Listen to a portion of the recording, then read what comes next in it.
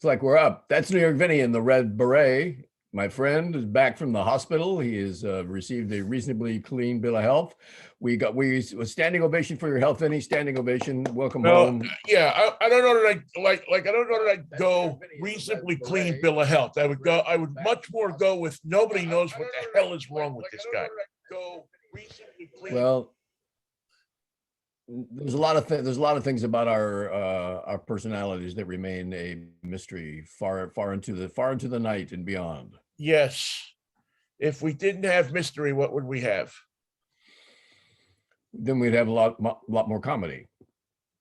And I don't know why. For a person who prefers to make you laugh than to make you cry, I also prefer, when it comes to entertainment, a proper murder and an investigation that I can help with.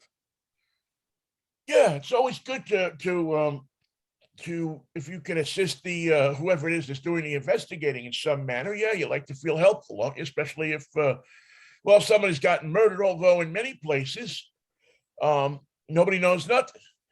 Nobody's seen anything. I mean, they had a shooting in, and we had a number of mass shootings. I mean, it's good to know that spring is here, so the mass shootings are out again. Yeah, hello Pittsburgh. You're back in the headlines. Yeah, so they had a mass shooting in Pittsburgh, and nobody seems to know who was doing the shooting. 250 people at a party that rented Airbnb, and you've got you got tragedy, and nobody seems to know exactly what's going on. You have the shooting at the mall in, what was it, Columbia, South Carolina? It doesn't matter where. Yeah, that's good enough. That's close enough. If it's not there, we'll be there today. Yeah. Who did the shooting? We didn't really see him. The thing about Pittsburgh that got me is of the huge crowd that were there, they were all underage, which doesn't surprise me. That's the way we did it in Marin County growing up, but not quite to that scale and without the killing. Yeah, I think it's a thing. I mean, I've seen it a few times now in different shootings and things like that, and in reading papers that, high school kids, we used to go to the beach and drink, or we used to go to the park, or we used to go. Now, through Airbnb, and I don't know how they pull this off, but they do now rent a house, and everybody comes over to the house, and and destroys it. They only rent it for that one time because it's gone after that. And that seems to be the in thing now, because hotel is not going to rent to you, but an Airbnb, as long as you got a credit card, you're going to get the Airbnb, right? And not only that, if you get tired or weary or are unable to shoot at the people that you came with, there's neighbors on both sides of you. You can shoot at them for a while. Right. And this thing, it's here's the telling sign, Michael, is that it's not even like a major headline. No. And Airbnb says we're going to look at our contracts and see if we've done this correctly. But I think we're in the clear. Yeah, Airbnb has, this is not the first time this has happened. All you got to do, Airbnb, if you want to know what's going on, is to watch Judge Judy in the afternoon, because she must get 3 or 4 cases a month of people who rented an Airbnb for a high school party, and it went terribly wrong. The only thing with your idea and it's a good idea, it's legally unsound in only one respect. She's not really a judge. Yeah, well, I know. Although they're sworn to testimony, it's not sworn testimony that they're giving. And although they say that people were killed and the couches were destroyed, we don't have any proof of that. Did you bring pictures? Well, I got to admit, I mean, sometimes I watch some of these shows, and I know that they're all malarkey. Nobody ever got divorced in divorce court. It was love that word, love it. But there's something about the legal process, I guess, that you do learn, and you learn about people. Really watch a couple of days of Judge Judy, and you'll just see how, or Judy Judge now is the new one, Judy Justice. That's the new one that she's doing. No. And you'll find that your faith in stupid people will be totally reinforced for you. I mean, are there enough of them though? Yeah, if you thought that there was a shortage of stupid people in this country, I thought there was. Nope, they're all lined up outside of Judge Judy to pick up their check for $1,000 or whatever it is they wind up picking up a check for. It's just insane how the lack of common sense.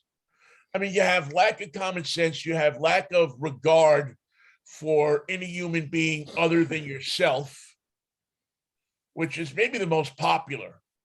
Just a disregard of anybody that's not you, that's not your own, or maybe in your circle. We knew Bobby had a collection of mean vases, so we put them out on the deck and we were shooting them off. And the neighbors next door said, "Hey, those bullets are coming in here." And they didn't even think that they were upsetting our party or distracting us when we were shooting at the vases. They didn't even give that a thought. It was amazing. How can people be so? And these people over here are trying to interrupt our party. Yeah, and we're we having just a got great started. party, more fun than we've ever had because we're shooting from the porch, and these people decide to call the police. Can you imagine such a thing? And they came. The cops came. Even. What do you think of that? Cops showed up and they arrested them, and now they're suing me for defamation of character. And for a while there, the cops were shooting back, which I thought was really rude. Can they do that? Can the cops shoot back? What always makes me wonder when I watch these shows is, so Hillbilly A will sue Hillbilly B for defamation of character for $750. What did he call you that defamed your character? He called me a hillbilly. I'm sorry, Hillbilly B, but you are Hillbilly. Well, So not are the way you he telling said it. me that your character is only worth $750? It was worth more than that, but I thought I could get $750. I don't know how they get people to come on those shows. Well, I know how money. I mean, I probably pay them. Well, would it be? Do you want to be Judge Judy, or do you want to be the character? You want to be the defendant? I want to be Judge Judy. I like her style. I didn't for a while. I thought she was a bitter old lady. I'll be the hillbilly. Hillbilly A or Hillbilly B. Yes, I will. And they and I I used to watch and I stopped watching because it was like what are we doing here? And she's just yelling at people. She got burnt out a long time ago. But then I started to think to myself, well, why is she burnt out? The hillbillies burned her right She's down. got the best job in the world. She sits there and hands people money, and is developing 2 or 3 other shows that also hand people money for their ridiculous legal processes that they have to do. Yet she seems unfulfilled. No, she hasn't quite got it right yet. Justice has not yet fulfilled her. Well, I think she's got it right. I think it's just that she's mean. Oh, yeah, well, that ain't gonna change. She was mean before we knew her. Right. And that's part of the, how do you come to work mean 5 days a week or however many days they shoot? And there's not many judges that call the defendant sweetheart. Hold it right there, sweetheart. Hold it right there. Hold on, sweetie. Not many, most places that'd be immediate mistrial, but this is Judge Judy's courtroom. You can't call me sweetheart unless you're bringing me a patty melt and fries.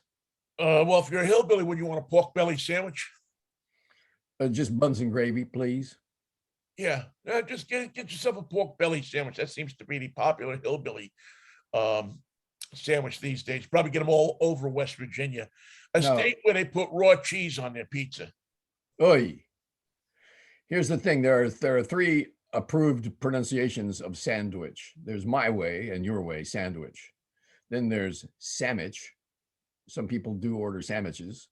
Right. And the rarest of them all, and it can be found in Washington State, Vinny, not far from where you are drinking your V coffee, and that is sandwich, S-A-N-G, which, and that's the rarest of the 3. But people do have sandwiches. I've heard the sandwich pronunciation, and I think always have thought and think to this day that it's just plain weird. It's like Washington. I mean, where the hell do you get Washington? Where do you get an R in there? How do you see an R? And how does no one have ever corrected you? You're 38 years old. You still say Washington. Somebody's got to bring that to your mind sooner or later. As a matter of fact, there seems to be a period where people graduate school, and they don't say Washington. And then they Then read, at age like 55 or something, it's like all of a sudden, boom, they slip right back into it. And once again, they're saying Washington. and you know why? Because they ate a sandwich. That's why. They I have hope that. that's They not have the that. sole reason. I hope there's more to it than that, Michael. There's something in the sandwich, and it just gets the R gets added, and it's insidious, and there's almost no way to stop it. Judge Judy's tomato sauce. They eat a little spaghetti with Judge Judy's tomato sauce, and the next thing you know, they can't pronounce their wits. They have to go to G. I think that she's too mean to be a cook. I wouldn't eat her food. Too mean. She doesn't strike me as the kind of person who you walk in the kitchen and she's in there, doing kreplach and stuffed derma No, and matzo ball soup and no. all the stuff that you would expect on a beautiful Passover Seder. Doesn't strike me No. that she's doing that. That's doesn't. I mean, I'm thinking. Well, she has a ton of money. I'm thinking she's ordering out from Cats. Constantly, and given a spatula, she can't pronounce it. She can't define it. She can't use it. She would just use it as a gavel. Yep. Hand me the gavel. That's a spatula, Judge Judy. It's a spatula. No. It's okay. I say it's a gavel, and so it will be a gavel because I'm Judge Judy. And if you're making a sandwich and you're melting it, and you put it in the pan with a little butter, then you need the spatula, not the gavel. Set down. Silence. Yeah, she's got Judge Judy has the legal version of the fabulous sports babe. It will not go away. It cannot die. She well, we don't want her to die, especially the babe. I mean, we don't want it. No, I mean the concept. Concept. Sorry, yeah. That people like to get abused. Yeah. Line up to get abused. I always remember the babe and how many people, and not just normal, Joe the plumbers driving home in their trucks at 5 o'clock in the afternoon, but politicians, sports stars, you name it. And it was like a spectacle to watch them line up to get abused by the sports babe. And she was more than happy to do it and prepared to do it. Oh yeah, she knew her stuff, and if you gave her a ton of lip, she would give you 2 tons right back again and bury you under it. Yep. She was good. I hope she's still good. I think the concept is Judge Judy. You're going to go there and you're almost expecting that out of the box, you're going to get abused. Some way, somehow, this little woman is going to just embarrass you. Hold it right there, Mr. Williams. Hold it right there. Hold it. Whoa. I'm talking.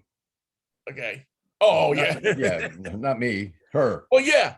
But that's it. I mean, she commands the room. The show, whatever it is, she does it, and people, instead of being off-put by it, line up for it. Yeah. It's about as close as you can get to broadcasting S&M as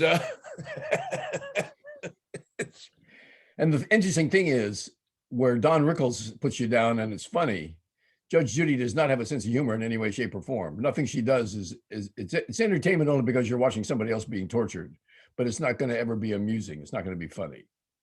Yeah, you're going to either watch it to see, again, I go back to how stupid people are because some of the cases are just downright, or how is she going to catch them in a lie? I mean, you're not watching it for humor. You're watching it because you're looking at that courtroom, you're looking at those people, and you're saying, as screwed up as I am today, I'm not that bad. You remember they used to do it years ago. It was called divorce court. It was the most horrible thing. These people would try and fight for their property and their payments. And and they only had 30 seconds. And then she hit me, and then she said I was awful. And then he didn't come home, and then he was at the motel, and then divorce. You guys are divorced, and you owe her something. I can't figure out what, and you owe him something. Then give him back the cat. The best part of divorce court, I always thought, was the announcer who would sit at the back of the court and kind of turn around and do one of these numbers. Yeah. Do the Salto Voce golf reporter. The We're on litigants, the 18th hole. yes, the litigants are coming into the court for the next case. Judge Lemon will see them in just a moment after this message from Oxidol. Boom. Can't sleep, can't poop. Take Oxidol. Oxidol, it's a detergent, but you can use it for anything you want. Tell us about the picture behind you, Vinny, 116 years ago today. Yes, Michael, 116 years ago today, the earth shook in San Francisco, and this behind me, and we have no idea where it actually has been taken, but it's somewhere in downtown San Francisco. Looks like somewhere in that rubble used to be San Francisco. Yeah, you can faintly make out some parts of it there. We don't know if that's City Hall. You think it's City Hall was rebuilt afterwards, and I tend to maybe agree with you on that one. Maybe it's the what was the bank, the Hibernia Bank building? Oh, it could have been, or the Opera House. I think they probably had one, because remember the famous tenor. Oh, damn. He sang in the streets because he was appearing in San Francisco. Not Enrico Caruso? Could have been Caruso. I think it could have been his time. He sang in the streets after San Francisco was destroyed. And the reason it was destroyed, and it's so memorable, is because there was nothing north of San Francisco in those days, where the earth shifted so far that now if you drive up to Point Reyes, you can see it looks like it moved 6 feet. Yeah. So what did they put here? It looks like someone was farming. Nope. That was the earth. Earth moved all that. And we're waiting for the big one again. We always do in California. The big one's always coming. The big one's always coming. And after the big one comes, they say, you know what? That wasn't the big one. It wasn't big enough. We're looking for something a little bigger. Do you have anything in an 8.5? No, we don't want that. You have anything in a 7.9? Something, something a little under a little close, but we've something that could change the housing market. Yeah, but it really is always, you're always, if you live in San Francisco, always aware there's always one eye on open, one eye to the stuff that's shaking, one eye on how do I get the hell out of here. And one foot sort of, if you've been through earthquakes, don't you feel the ones that didn't happen? You go, oh, is that a, no. Well, every time you see, if a bus goes by and the Venetian blinds move a little bit. Yep. All of a sudden you're, especially again, if you've been through one, a major one, a big one, that feeling of unstableness, the feeling that the ground is going out from under you never leaves you. No way. Never. You remember that if you live to be 1,000 years old. Once you've had some, that's remember what that feels like when the ground goes out from under you, because it's the most unsettling thing I could imagine, next to looking like this and seeing a bullet headed toward your head, because there's nowhere to go. No. And you may think that you would react, but you don't. You freeze. It's like being on a game show. You think you're really cool until you get up there, and then all of a sudden, it's a lot different on the couch than it is when you're standing up there. At Candlestick Park, where I was for the World Series between the Oakland A's and the San Francisco Giants, when the shift hit the land, as they say, the guy next to me, I got the last beers because the power went out and no one could get a beer anymore. And the guy next to me Candlestick was so poorly designed that you had to buy a hot dog, then you had to get in line to get the condiments, which were at a different station. That's how stupid that place was. So I'm in line to get the condiments to go back to my seats because I've got the burgers and I've got some food and I need the ketchup and a variety of things. That's when it hit. And I'm looking out the door. I'm under the stands where the concessions are. I'm looking out the door toward the left field corner, and the lights in Candlestick Park are going like this. And the rim of the stadium has been liquefied and is going like that. The guy next to me, he's got his beer and his condiments and everything, and he freaks out like the Lord has come to take him. He was actually just screaming in terror, standing right next to me. And because he did so, it kind of calmed me down. I just looked and I watched and I saw the effects of everything, and then it stopped. And we thought, oh God, this is the end of the series, it's the end of everything. But it wasn't. As soon as the earthquake stopped, the crowd immediately chanted, "We will rock you." And the whole stadium was shaking again, this time because the fans were doing it. By the time I got to my seat on the first base side, carrying all the stuff, we realized from someone's, because it was the day before the internet, this was 89, that the bridge was down. And when we knew the bridge was down, we knew we were in trouble, because we didn't yet know that the power was also out, because it was 5 o'clock in the afternoon, and the stadium lights weren't on yet. And the stadium lights weren't coming on. Nothing was coming on. And there was no way to announce to the crowd that the game had been canceled. There was no way to announce to the people who were there wondering what was going on that there was trouble amiss and that it was time to go home, and please in an orderly fashion, please exit the stadium. So no announcement was made to anybody by anyone. They pulled a cop car off on the field at first base, and he had a little microphone. It was like, and it sounded just like this. We had no idea what he was saying, and he had no idea what he was saying. But the word got passed around through the crowd immediately that the bridge was down, because we had pictures of that on someone bought a portable television. So no internet, no telephone, no broadcast, no electricity. There was radio. I mean, I remember distinctly that Ron Fairley was on the air, and I was KBR. KMBR. They were doing a radio broadcast, and there was I was up in the Haight at the San Francisco roommate referral service. Like you do. That day.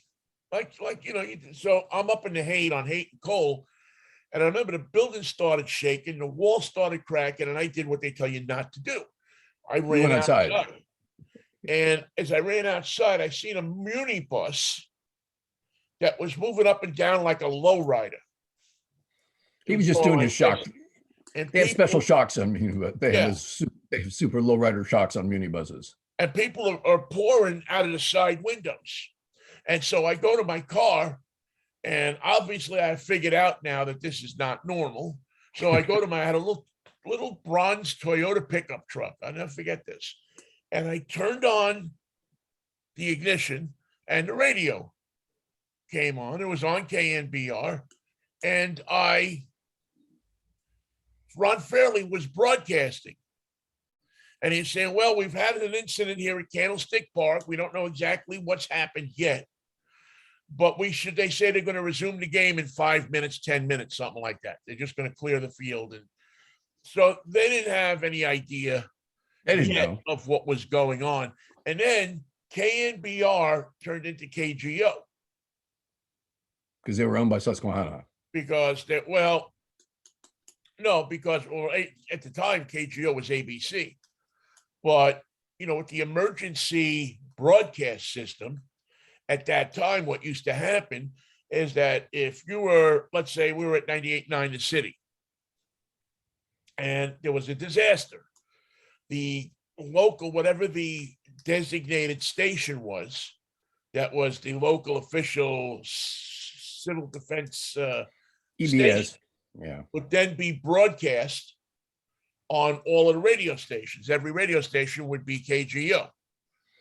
God, if that happened today, imagine KGO getting it wrong as they would every step of the way for all the other stations to broadcast. Well, that's why every station, when you took the meter readings, remember when you used to take meter readings? I do. There was a little transmitter there, and you had to open up the transmitter and make sure that you were hearing KGO. Because there was a button on that transmitter that if you pushed it, would feed KGO through whatever your station's signal was. What did KGO tell you?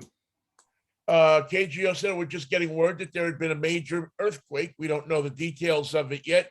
Where there are reports of injuries, there are reports of road collapses, and that's it. And I believe it was, I want to say Rosie Allen and Ted Baxter. Yeah, maybe Ted Baxter. Yeah, not Ted Baxter. Ed Baxter. Ed Baxter. Yeah. You're probably not the one that's made that mistake, the only one. But it was Ed and Rosie, right? And so they just sat down, and for the next, 10 days or whatever it was. Flew by the seat of their pants. Yeah, because they didn't have, KGO was in a good place because their television was on the top floor, radio was on the bottom, I believe. And so they could see the bridge, they could see a lot of different things from where they were on the waterfront. They're at 900 Front Street. KCBS could see also, but they had to go up 32 floors to get to the station. Yep. The people that were there had to stay walking. And so, it was mayhem to say the least. And remember, no power in the city. So if you were running, you were running on backup power of some sort. Yeah. I mean, I remember hooking up, I lived on 14th Street, and I remember hooking up car headlights to the car battery and putting them in the house. And of course, being a disaster, the first thing that happened was it was 5 o'clock. The sun went down. Now the city is in darkness with no power, with no. You couldn't call for an ambulance. You couldn't call for the cops. You couldn't call for the fire department. And it wasn't like they didn't want to come or didn't feel like responding. They were all out. They were out there. The city was in the area of town called the anyway, it was on fire. By the water? What's it called? Embarcadero. No, further toward the bridge, where all the apartment houses came down. Oh, the marina. The marina. Thank you. The marina. The marina was on fire. Oh yeah, it was. Matter of fact, I actually went to the Red Cross and volunteered. I think I've told you the story before. I volunteered at the Red Cross, and because I had a truck, they would at their headquarters, which I think was on Sutter Street, if I'm not mistaken, or one of those Sutter or Post or something like that. The whole place was making sandwiches, peanut butter and jelly sandwiches, and putting them up, and they were serving them. So they had me loading up my truck with peanut butter and jelly sandwiches and containers of water, and driving it down to the marina. I still have the sticker, a special sticker that went in the window of my car that said official Red Cross vehicle. And so I remember I got down, made a bunch of trips down to the marina, was also helping some other people out with, driving them to different, like I would go down, come back, drive people to relatives' houses and things like that would show up at the thing. And I never forget it. It's 2 o'clock in the morning, maybe 3 o'clock in the morning, the night after the earthquake. And there's a line in that park that's in the marina right at the end of Fillmore Street. Yeah. Played softball there a couple of times. And that's where the Red Cross had set up their table, really, was what all it was. Right. And trying to get people, a toothbrush and this and peanut butter sandwich, jelly sandwich and this.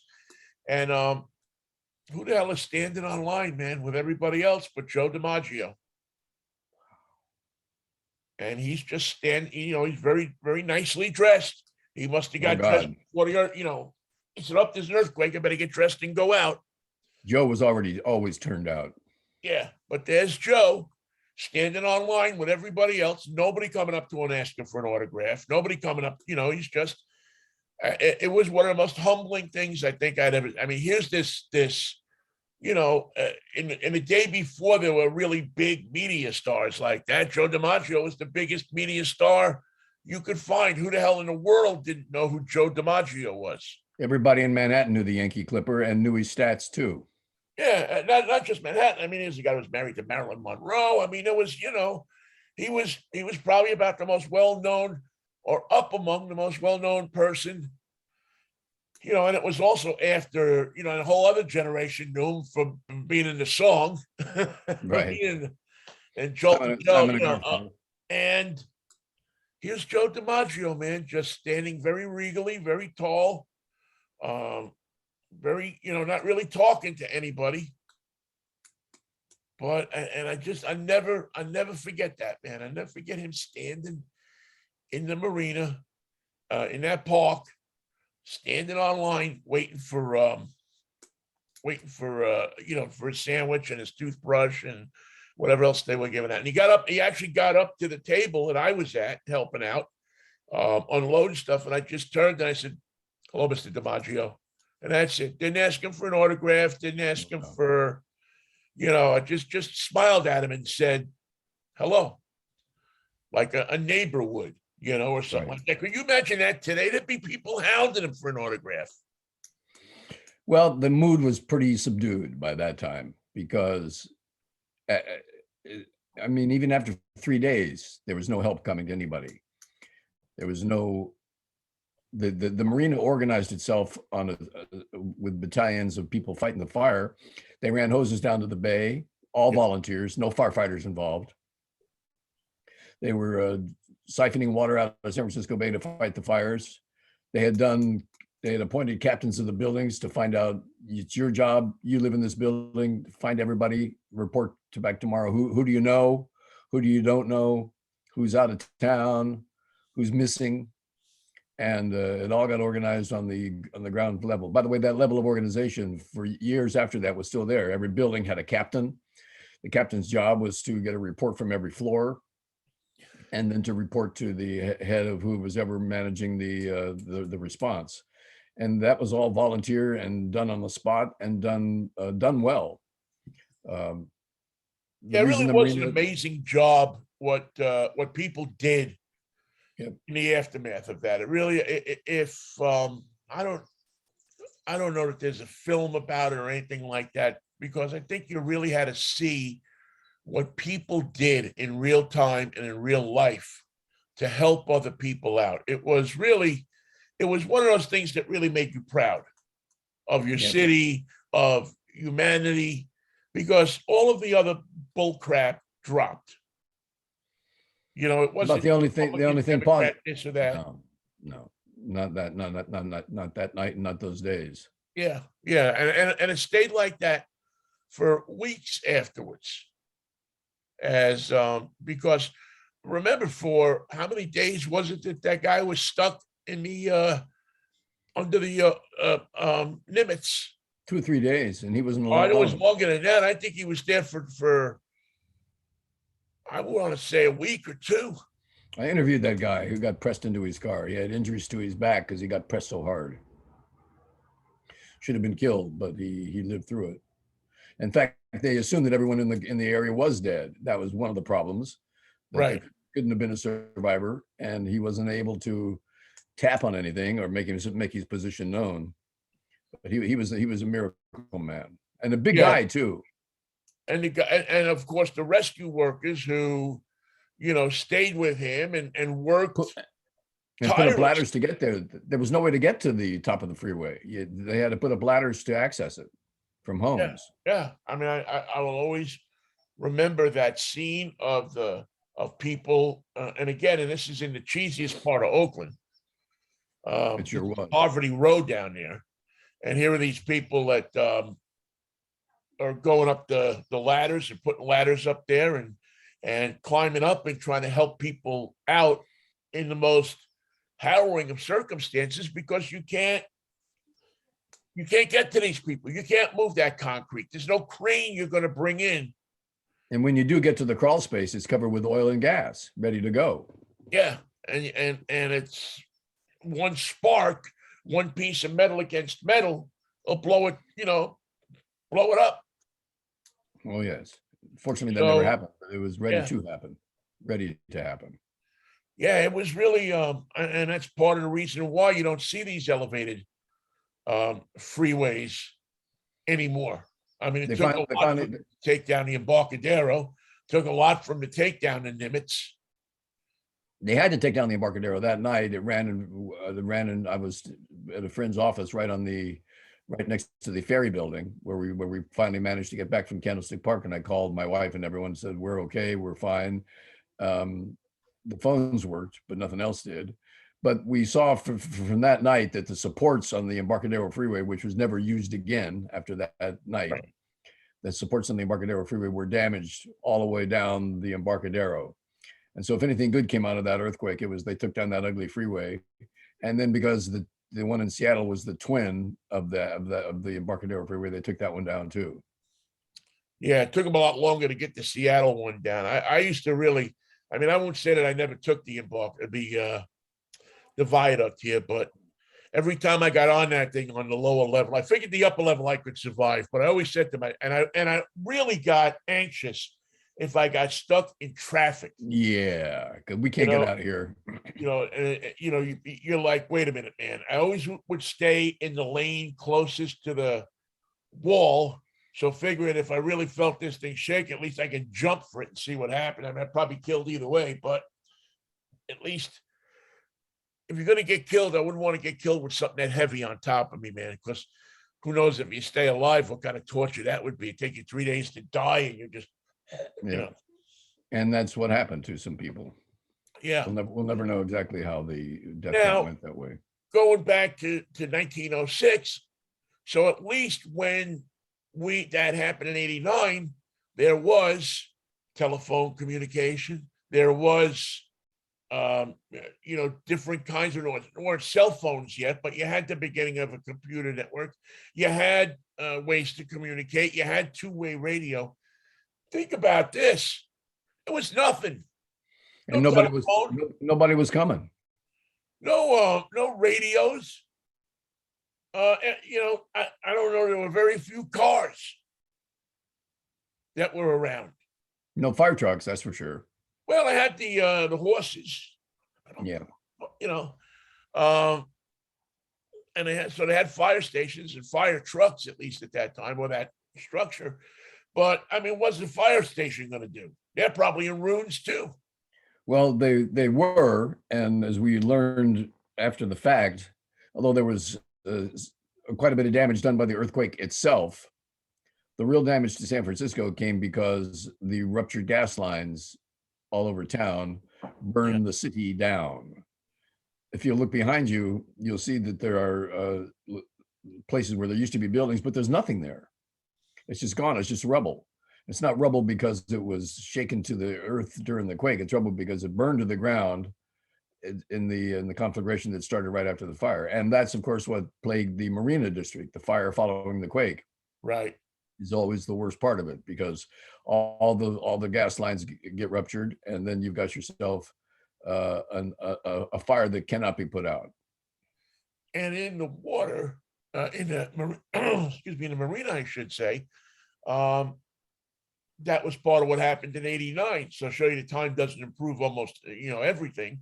Is the water lines failed there once again. And so that's why they had to form a bucket brigade to try to put fires out, or they had to run fire hose from Fillmore, down Fillmore, all the way to the bay to suck the water out of the bay in some cases, but that didn't work in a lot of cases. No, because you have to start the siphoning period, and you have to have a pump to go with it. A lot of the fire boats that San Francisco is famous for were integral in starting the fight of the fire, because they could pump the water out of the bay to wherever the hoses were running. Yeah, it really was.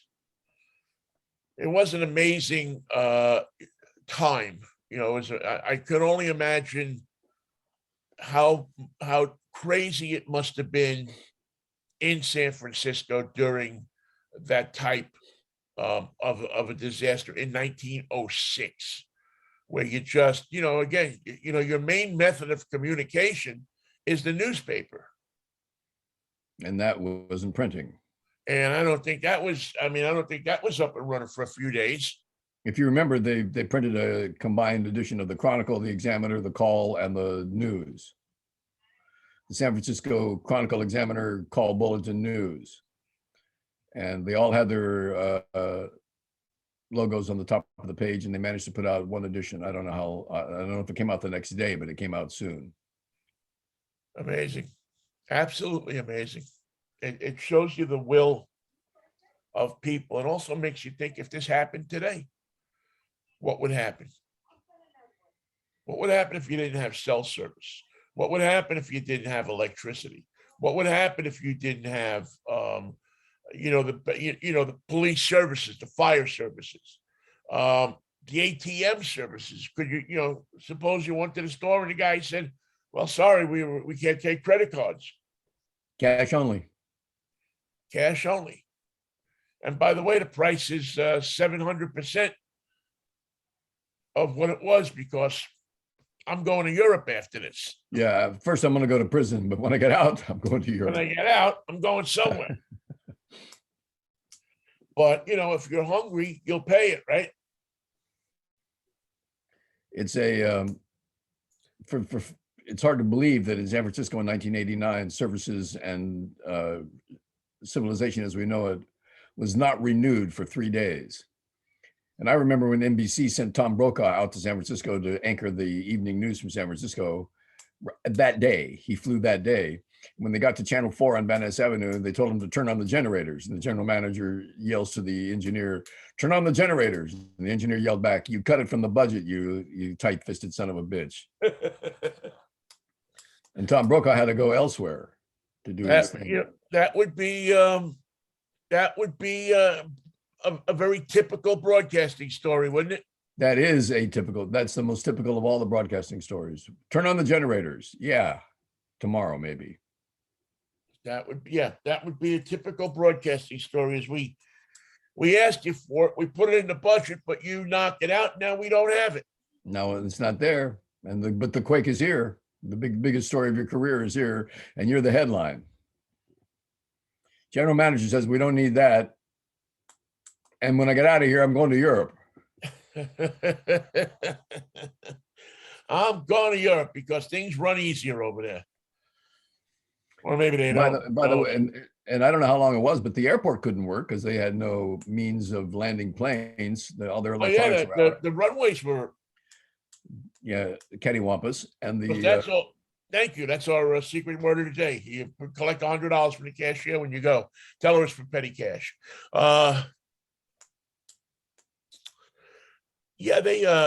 Planes weren't landing. Nothing was happening at the airports. It was, the only way out of the city was by car, and that was even limited as to how you could get out of the city. Well, you couldn't go south in some places because, of course, all the roads to Santa Cruz were damaged. That's right. Where the word Loma Prieta came from the center of the quake, which is in the Santa Cruz Mountains. It wasn't even in the city, and that's where a lot of the semi-permanent road damage was done in Stephen Seaweed's neighborhood. I remember. By the way, happy birthday, Stephen Seaweed. It was, I think his birthday was yesterday, or the day before. Stephen Seagrave, local radio announcer, celebrates birthday. Thank you, Stephen. Yes. Good guy. One of the great good people of broadcasting.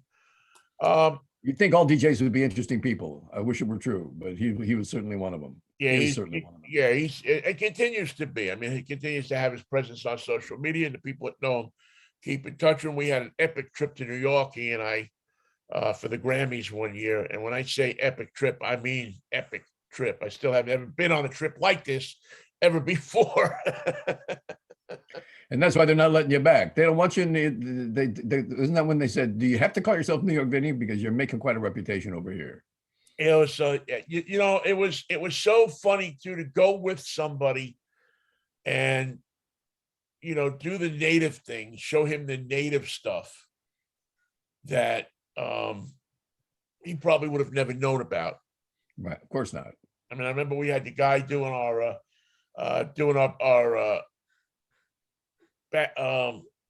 mic breaks. We got a guy from the Transit Authority. He said, "Sure, I'll do it." And we held the mic outside the token booth, and he did 3 or 4 mic breaks for us. Excellent. This is sure. The 53rd Street station. When I get off, I'm going home. My mom's making a ziti, baked ziti. Mom's making baked ziti. So here's Stephen and Vinny. Go ahead. Go ahead. Yeah. Go ahead.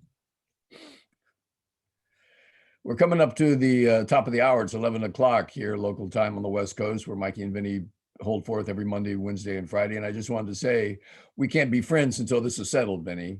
It's Giants and Mets tonight in New York. The Giants are in first place, tied with the Dodgers, with a record of 7-2. And we would like, if you don't mind, too much to take it out on the Mets to keep ourselves in first place. Ain't gonna happen, pal. No, that's what I thought you'd say. I can tell you right now that your Giants, although very interesting to watch, not as interesting as your New York Mets. 7:10 start time for that out here on the West Coast. And the Mets had an interesting weekend, as well as somebody noticed, and I thought that this was apropos of the whole thing. Somebody actually noticed that one of the byproducts of the Buck Showalter era, which is now what, 6 games in? No, 10 in. Yeah. Is that the Mets once again know how to run the bases. You better. What Showalter is doing is instilling a sense of how to play fundamental baseball. The basics are a bitch. The basics are tough. And he is really, and listen, I'm not a big Buck Showalter fan, but everybody changes. Man in Everybody control. learns. That's right. And, the Mets are at 7-3. They beat the Phillies. They beat the Marlins. They have, I think, the largest run differential in the major leagues. They're up 26. So they're definitely banging the ball. Let me check the American League just to make sure. Yeah, they're up. Matter of fact, there's nobody even on the plus side with more than 14. Oh, no, I take that back. The Dodgers and the Giants, 23 and 27. So this is going to be a clash of the Titans. So you're going to have a clash of the swingers tonight in Citi Field. And how would you rate the home run ability of the Mets home park? You hit a lot of dingers because that's how we've been better winning. than Shea, but I don't think it's one of the great home run hitting ballparks in America. I don't think it's one of the I mean, I think it's the best way you could say it. It's a fair ballpark.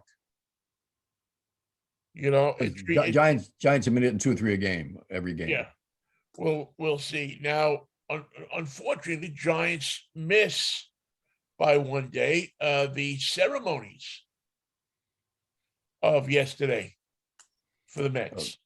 The Jackie Robinson ceremonies? No, actually, the ceremony was Friday, but the Mets unveiled finally the Tom Seaver statue. Oh, where is it going to be? Outside of Citi Field. There you go, outside. Yeah, outside. For years and years and years, they had wanted some tribute to Tom Seaver. They had wanted people had wanted something besides the number retirement, which now has kind of become, if you play 10 years, you get your number retired. But they wanted more than that, fans, because of the depth of what he had done for the franchise. Put that franchise on the map, much like Randy Johnson and Ken Griffey Jr. did for the Mariners. Tom Seaver legitimized the Mets. He made them into something that was from a joke, a laughingstock, into world champions, and did it in the space of 2 years. I mean, what was he drafted in 67? And they went to the World Series in 69. It wasn't just Tom Seaver, but he set out a course of professionalism in that clubhouse, along with Gil Hodges, that instructed people that you're not here because this is your last stop. You're here because we are going to go out there and win games. I am going to kick ass. I will pitch you to victories, and you will follow me by hitting the ball as best you can. And not a showboat, not a hot dog. He was a gentleman and a champion. Yeah, in all senses of the word. And I think and Mikey, it's interesting going into this profession. I used to hate sports writers because of what sports writers did to Tom Seaver. I mean, there's no way that Tom Seaver ever should have been traded from the New York Mets. No, it was a bad move. There Bad was juju. no way he would have taken less money to stay there. His wife and his kids and were icons in New York. He was the face of the franchise, good or bad. He was the guy. And had it not been for the insistence of a sports writer in New York, that really played the management against Seaver, didn't like Seaver for whatever reason. Dick Young hated Tom Seaver, didn't like him. I guess Seaver knew him for what he was. A schlemiel. A piece of crap who just decided that he was going to run the team through, and what he said was the best thing for the team. And when Seaver left New York, a lot of people had a bad taste in their mouth, not about Tom Seaver, not about the management, but about Seaver. And why was that? Because Dick Young wrote it that way, and he was the biggest sports columnist in New York at the time. And Dick Young perpetrated a fraud on the people of the Met fans and the people of New York that was worse than any kind of media fraud you've ever seen. Now we got Carson Spilpunka. He was the sports equivalent of Carson Spilpunka. And the only thing that Seaver was going to take a contract. Seaver was going to say, okay, I'll stay. I'll take that money. But Seaver on one of the last days that he was in Met, he was in Los Angeles, I believe it was. And Dick Young wrote a column that brought his wife into it. Whoa. That basically said that Nancy Seaver didn't want to stay in New York, that she wanted this, she wanted that she was an arrogant woman, and that she was driving Seaver out of New York. And he printed that bullshit. And because it sold newspapers, and Seaver said, that's it. We're out of here. My family into it. Once where I remember there was a story where she was shopping in Connecticut or something, and a bunch of people started harassing her in a store. And that was it for Seaver. He said, No, we know what happened to Seaver, and we know that he's getting a statue. What happened to Dick Young? Did he die alone in a tenement? Hopefully. I mean, and that wasn't the only person that Dick Young had done that to. Dick Young had done that to a number of people. He was just this arrogant. I know it all. Nobody knows more than me. You'll do what I say because I'm the most powerful sports columnist in this town. And you saw firsthand in 1977 how the heart of a team can be ripped out for stupidity, for no reason, for not a reason that has anything to do with. It's really the day I grew up as a baseball fan. Uh-oh, I don't like that sound of that. It was the day that you realized that it wasn't all about who could pitch the best, who could hit the best, because they also traded Kingman on the same day, Dave Kingman. Not who could hit the best, not who could throw the best, not who could help the team win a pennant, none of that. It was about personality and money. Now, maybe now it kind of goes the other way. Now it's more probably about money than it was personality. But back in those days in 76, the whole free agent thing was new. And I always will remember watching Seaver cry at his locker as reporters were asking him, and he about the trade, and he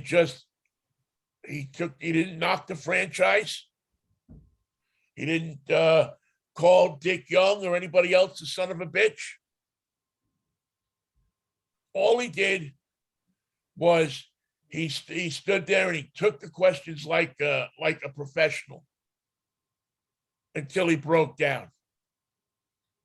The man, and there was no way that he ever wanted to leave New York. And when he came back, and I was at the game that he came back opening day, what was it, 83, I think it was, 82, I forget now, but I was already living in San Francisco. I flew back for opening day, as I used to do a lot back in those days. Yeah. It truly to this day remains the most emotional sports story, I think, and one of the most emotional what ifs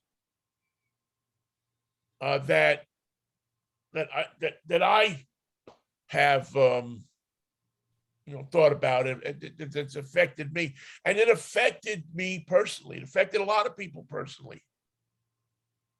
It affected the way we thought about the game. It affected the way we thought about the Mets. I mean, before they traded Seaver, we loved the Mets, Michael.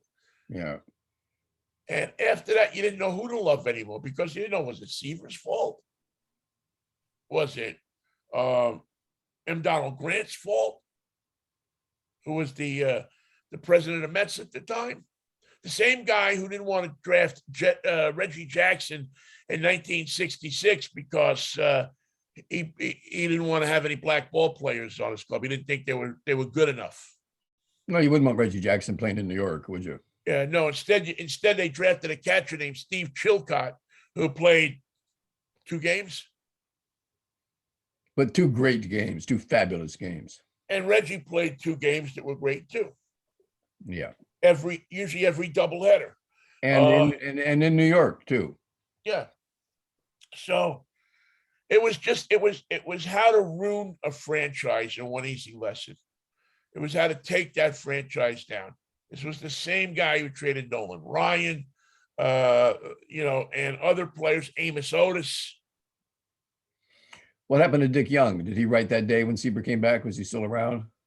Oh yeah, he wrote. I don't know, the deed is done, and I think I forget. I'd have to look back and remember the column. I don't think I picked up the Daily News for years. Right, of course not. Yeah, I don't think that I probably read the Post, and I probably read the Star. Well, at that time, it probably would have been the Long Island Press,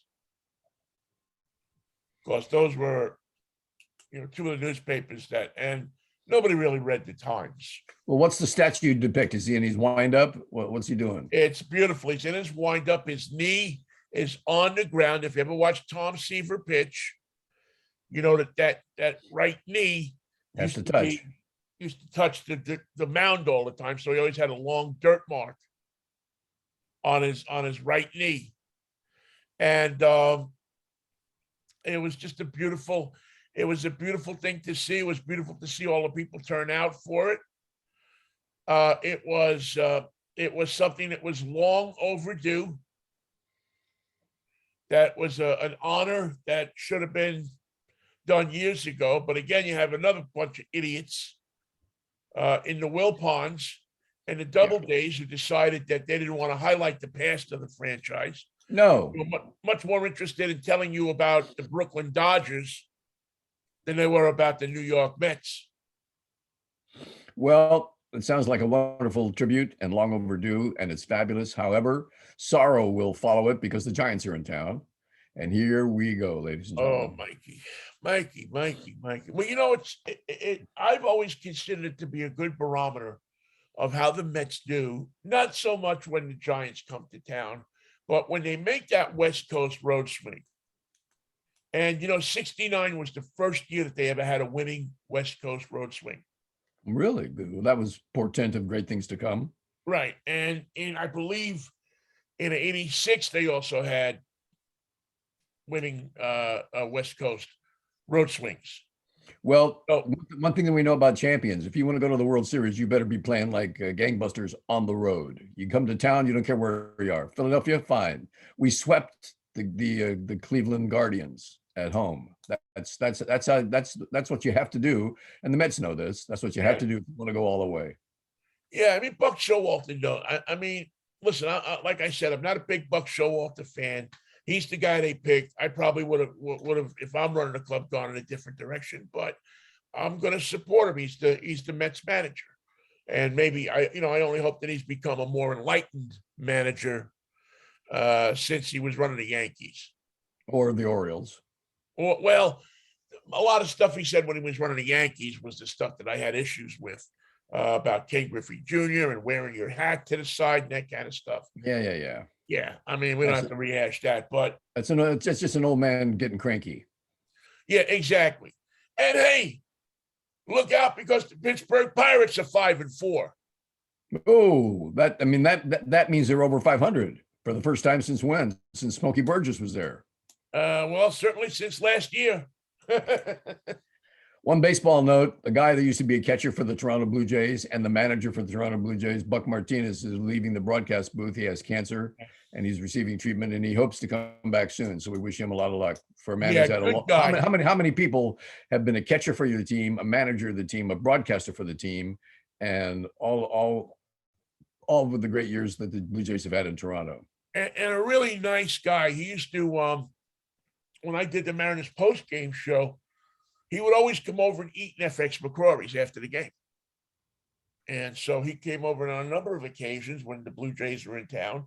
You know, the Canadians come down. You know how that works. Everybody from Vancouver comes down, and there's a million, Canadians in FX McCrory's. And Buck walks in, and he's an honorary Canadian.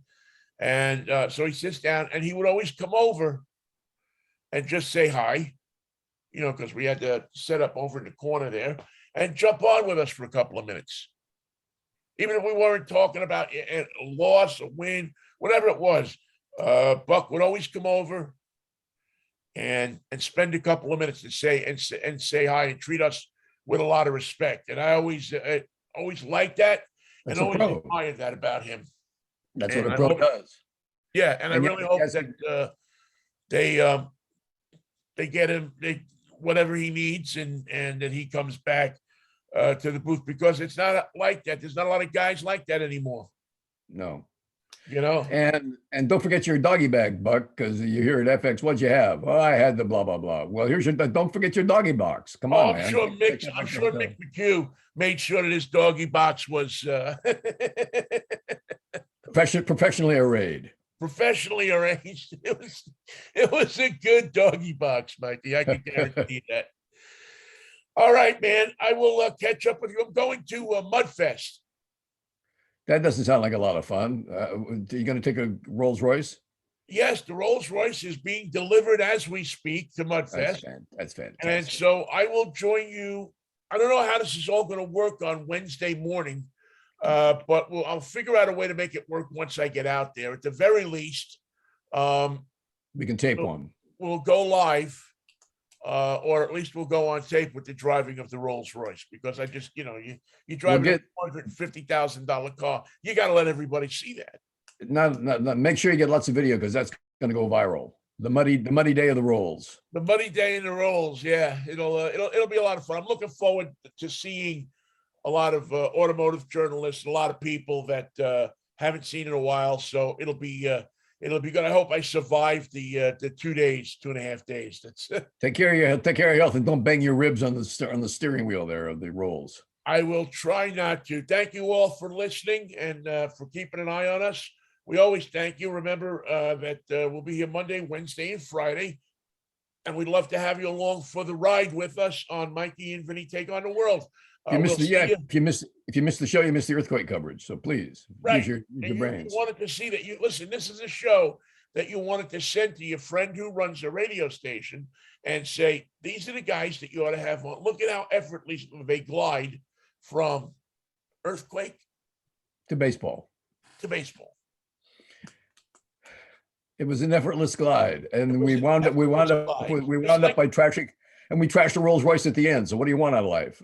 And we talked about the 69 Mets and Tom Seaver and the San Francisco Giants. And I forget what we opened the show with, though, Michael. I think it was a aria by Enrico Caruso. Yes, we had Celeste. Enrico Caruso somewhere. He sang Celeste Aida. And our artist for the day, don't forget, folks, is Judge Strunk. If you know who Judge Strunk is, you're in trouble. And our word for the day is cattywampus. So thank you. Yes, you won. You actually won. That was the secret word. It had been up there for a month. The duck came down. He didn't look too good. Exactly. All right. We'll see you on Wednesday, Mike, if the Lord's will and the creek don't rise. Remember, folks, be nice to each other. Peace, love, Manischewitz, baby. What a wine.